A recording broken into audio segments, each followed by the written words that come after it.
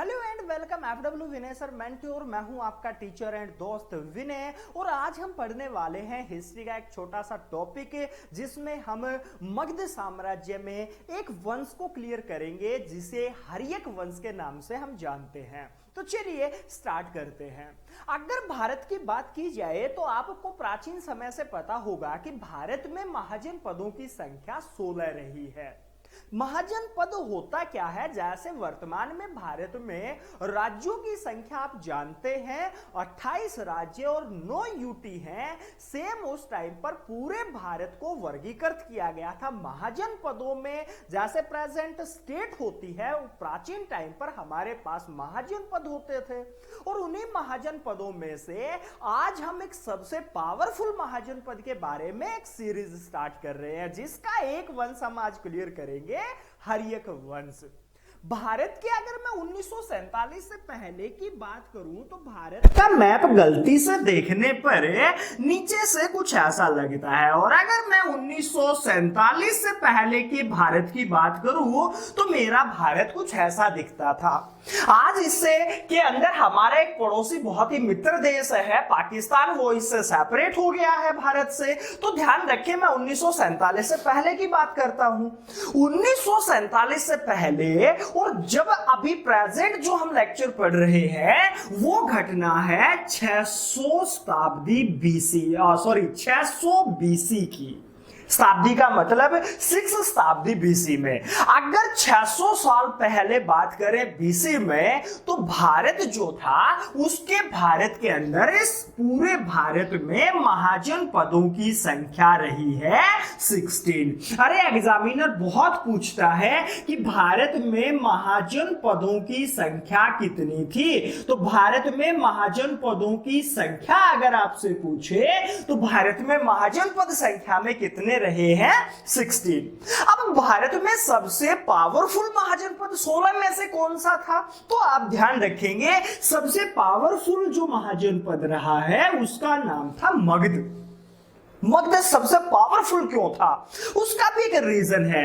अरे मगध इसलिए सबसे पावरफुल था क्योंकि वो दो आबा क्षेत्र में आता था, दो आबा एरिया में था मगध, इसलिए सबसे पावरफुल था। अब एक नया वर्ड आपको जानने को मिलेगा कि दो आबा क्या होता है। दो आब की बात करूं तो जैसे आपने प्रेजेंट एक जगह का नाम सुना होगा पंजाब, पंच आब, 5 नदियों का एरिया। सेम ऐसे ही दो आब स्टैंड फॉर दो आबा, मतलब दो नदियों के बीच का एरिया। अब एक चीज सोचिए, अगर मैं मगध की बात करूं तो ये 10 मगध है। मगध के अगर दो साइड नदियां बहती होंगी तो दो आबा क्षेत्र हो गया मगध। और पावरफुल मैं इसलिए इसको पावरफुल बता रहा हूं क्योंकि जिस टाइम की हम बात कर रहे हैं मतलब 600 बीसी की बात कर रहे हैं, उस टाइम पर जहाज का आविष्कार नहीं हुआ होगा, पानी के जहाज का आविष्कार नहीं हुआ है। और जब पानी के जहाज का आविष्कार नहीं हुआ है तो यहां से जो सेना लड़ाई लड़ने मगध पर आएगी वो ध्यान रखना नदी को मैन्युअली क्रॉस करेंगे। अब एक चीज खुद सोच के देखिए, जब कोई सैनिक मैन्युअली नदी को क्रॉस करके लड़ाई लड़ने आएगा तो सैनिक लड़ाई नहीं लड़ सकता। रीजन क्या है? रीजन ये था क्योंकि अगर सैनिक मैन्युअली लड़ाई करने के लिए नदी को पार करेगा तो सैनिक का स्टैमिना जो है वो तो नदी क्रॉस करने में लग जाएगा। दूसरी साइड वाला वेट कर रहा होगा ना कि रामफल के पीछे बाहर निकल रहे।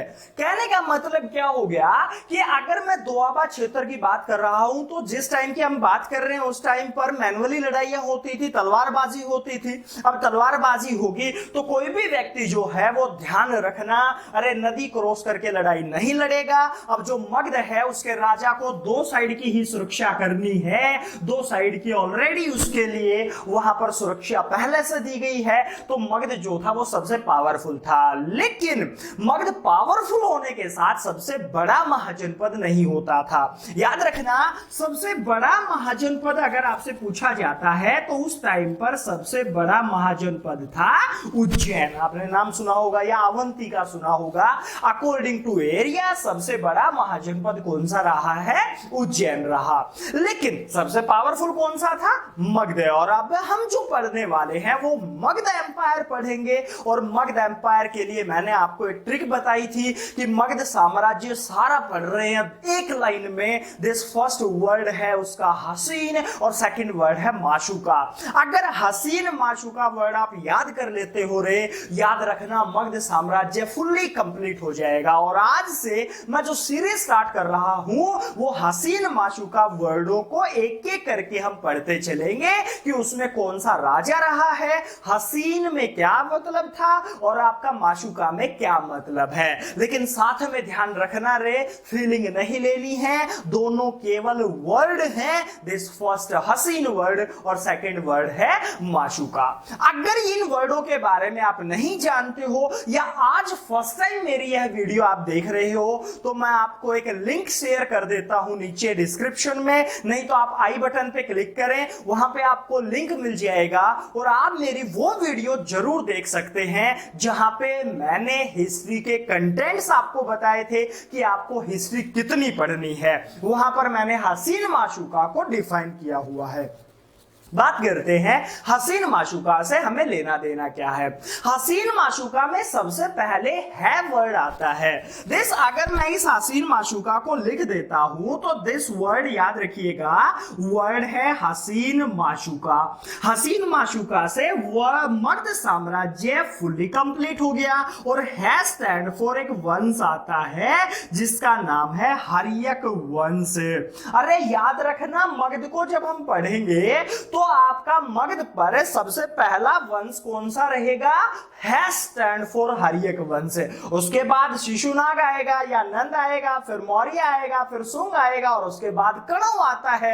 वो बाद की बातें, हम इनको आहिस्ता आहिस्ता पढ़ते चलेंगे। लेकिन हर्यक वंश की अगर आज हम बात करें तो मैं आपको एक छोटी सी स्टोरी के रूप में इस वंश को कंप्लीट करा रहा हूं। बस आपको ध्यान देना है कि इंडिया में उस टाइम पर हो क्या रहा था। देखिए, अगर मैं हर्यक वंश की बैकग्राउंड की बात करता हूं तो हर्यक वंश की बैकग्राउंड क्या रही। आपने जस्ट पीछे अभी दूरदर्शन पे महाभारत देखी होगी या प्रेजेंट भी चल रही हो तो आप देख लेना। महाभारत में आपने जब पांडवों का अज्ञातवास चल रहा था तो उस टाइम पर भीम के साथ एक जरासंध का युद्ध देखा होगा। एक राजा रहे जरासंध, अरे वही जरासंध जिसको भीम ने और बीच से पैर पे पैर रख के बीच से फाड़ा था। देन वो जो जरासंध था जिसे फेंक दिया जाता था वो दोबारा आके जुड़ जाता है। उस जरासंध को आपने याद रखना है और उसी वंशावली का एक व्यक्ति आया जिसका नाम था बिंबिसार। व्यक्ति का नाम ध्यान रखना रे, मैं व्यक्ति लिख रहा हूं बिंबिसार। बिंबिसार ने मगध पर सबसे पहले वंश की स्थापना की थी और उस वंश का नाम क्या था, हर्यक वंश। आप खुद बताइए मेरे को कि हर्यक वंश का संस्थापक कौन रहा है। तो हर्यक वंश का संस्थापक कौन रहा है, बिंबिसार हो गया। लेकिन उसकी बैकग्राउंड आपको पता चल गई होगी, बैकग्राउंड में कौन आया था, देन जरासंध आया था एक। तो हर्यक वंश का राजा रहा बिंबिसार और इस बिंबिसार ने मगध की जो राजधानी बनाई थी वो राजगृह या गिरिवर्ज बनाई थी। आपने गिरिवर्ज जगह सुनी होगी, या मैं लिख देता हूं कि इसकी राजधानी क्या रही है, राजधानी राजगृह लिख लो या गिरिवर्ज लिख सकते हो। अब क्या हुआ, जब राजधानी इसने राजगृह बनाई थी और मगध पर अच्छे से राज कर रहा था, ये जगह प्रेजेंट टाइम पर बिहार में है। अब यहां से उसने राज करना स्टार्ट कर दिया और आराम से राज कर रहा था। लेकिन एक दिन बैठे बैठे सोचा उसने कि जो मैं यहां पर राज कर रहा हूं, अगर मैं लड़ाई ना लड़ूं किसी भी महाजनपद के साथ और वो जो इसके अलावा 15 महाजनपद और हैं वो मेरी अधीनता स्वीकार कर ले, इसके लिए मैं ऐसा क्या करूं, मेरे को लड़ाई भी नहीं लड़नी है। तो बिंबिसार ने एक पॉइंट या एक पॉलिसी अपनाई, उसका ध्यान आकर्षित किया उस पॉलिसी की तरफ सबका इनका।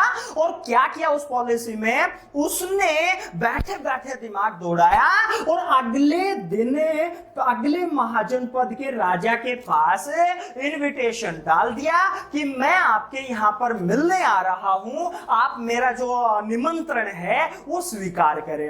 अगले वाले राजा ने कहा ठीक है, आप मेरे यहां पर मिलने के लिए आ सकते हो। याद रखना, बिंबिसार यहां पर 7 डेज रुकने के लिए प्लान बनाता है और वो उस राजा के यहां पर चला जाता है। याद रखना उस दिन भी आपका वीरवार था, वीरवार को वहां रुकता है 1 वीक के लिए, उसने प्लान बना रखा था। तो वीरवार हो गया, शुक्रवार हो गया, सैटरडे वगैरह, 1 वीक रुका वो और अगले वीरवार को उसी राजा की लड़की से शादी करके कहां ले आता है? मगध राजगृह में। अब एक चीज सोचिए, अब यहां से राजा की लड़की यहां पर बहू बन के आ चुकी है या इसकी पत्नी बन के आ चुकी है, लेकिन अब बिंबिसार था यहीं रुकने वाला नहीं था। अरे अगले वीक, अगले महाजनपद का नंबर है, वही 1 वीक रुका, संडे मंडे ट्यूसडे सैटरडे, और संडे अगले को उसी राजा की लड़की से शादी करता है और मगध में ले आता है। अब सोचिए यहां पर अगले वीक, अगले महाजनपद का नंबर है, ऐसे ही 1 वीक रुका, शादी करके मगध में ले आया। अरे ध्यान रखना, ऐसे ऐसे करके बिंबिसार के 500 महिलाओं के साथ वैवाहिक संबंध थे। कितनी महिलाओं के साथ है? 500 महिलाओं के साथ वैवाहिक संबंध है। बात आश्चर्य की नहीं है, ये रियलिटी है, मैं बना नहीं रहा हूं। लेकिन अब 500 महिलाओं के साथ वैवाहिक संबंध होंगे, मोस्टली सभी महाजनपद उसने कवर कर लिए, गवर्नर तक कवर कर लिए, जो छोटे छोटे सूबेदार होते थे उनकी लड़कियों तक नहीं छोड़ा। तो अब खुद सोचिए, क्या बिंबिसार किसी भी महाजनपद में जाएगा वहां पर युद्ध होगा? नहीं होगा। क्यों? जहां भी जाएगा वहां पर युद्ध इसलिए नहीं होगा क्योंकि वहां के लोगों में एक भावना आ रही होगी, एक फीलिंग आ रही होगी, अरे लड़ाई नहीं लड़नी, बटे हुआ है। कहने का मतलब क्या हो गया कि बिंबिसार जो था उसने सभी महाजनपदों को अपने अंडर या अधीनता स्वीकार कराने के लिए क्या किया? Marriage policy. और ये सीजीएल में क्वेश्चन बना था कि मगध के किस राजा के द्वारा वैवाहिक नीति को बढ़ावा दिया गया था या एरिया विस्तार करने के लिए मैरिज पॉलिसी यूज की गई थी? तो आंसर क्या हो गया रे? बिंबिसार। लेकिन अब क्या होता है, बिंबिसार जब यहां पे अच्छे से राज कर रहा था, उसके नजदीक एक छोटी सी जगह आती थी वैशाली। वैशाली का राजा इसलिए खुश था कि उसको लड़की नहीं थी। लेकिन ध्यान रखना, जो बिंबिसार है उसने ठान लिया कि मेरे को वैशाली भी 1 वीक रुकने के लिए जाना है। और जब 1 वीक रुकने के लिए जाना है तो वैशाली का राजा कह रहा है ठीक है आप आ जाओ, क्योंकि वो तो अंदर से खुश इसलिए था ना कि लड़की नहीं है, देखते हैं क्या करेगा। बिंबिसार माइंड में कुछ और लेके चल रहा था। और ध्यान रखना रे, वो कहां पर पहुंचता है? वैशाली पहुंचता है।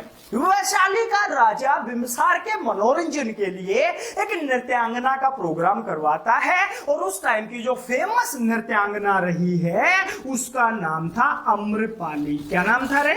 अम्रपाली नाम रहा है उसका।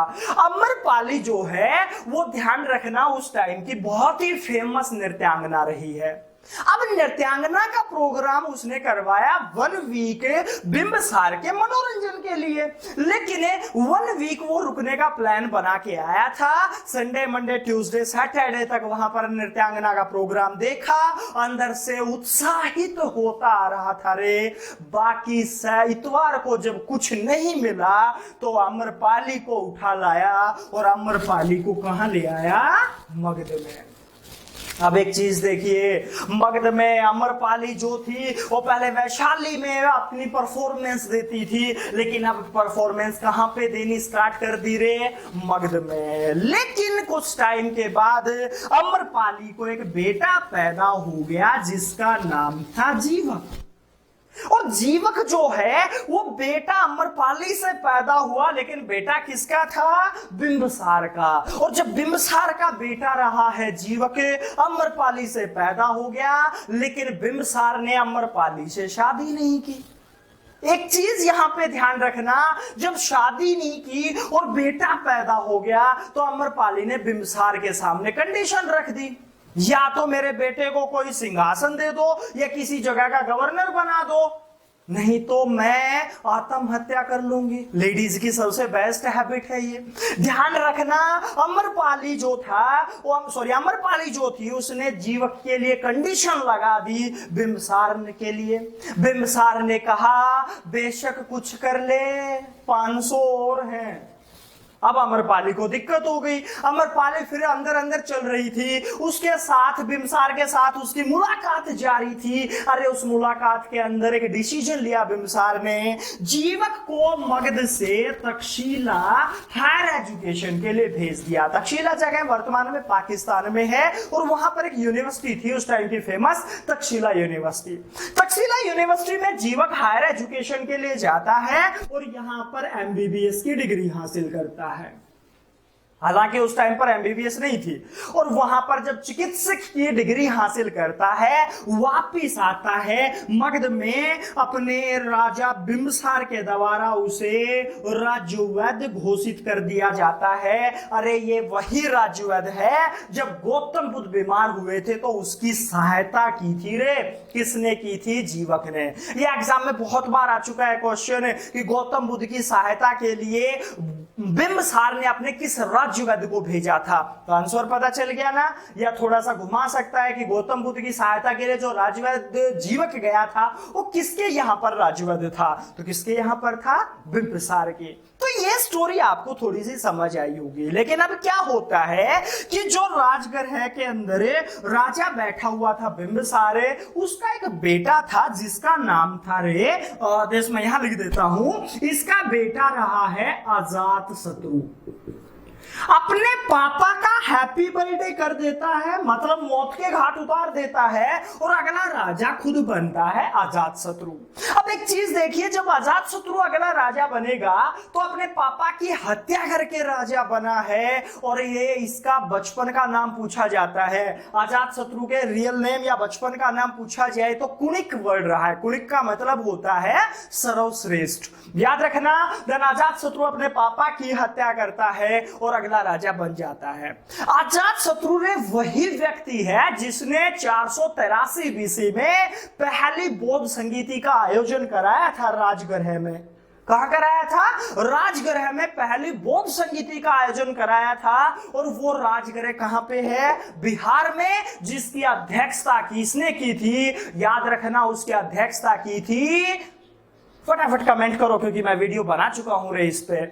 बात कर रहे हैं अजातशत्रु के बाद उसका बेटा गद्दी पर आता है जिसका नाम उदयन था। अरे उदयन जो था वो अपने पापा अजातशत्रु की हत्या करता है और अगला राजा उदयन खुद गद्दी पर बैठ जाता है। उदयन वही व्यक्ति है जिसने एक शहर बसाया था पाटलिपुत्र।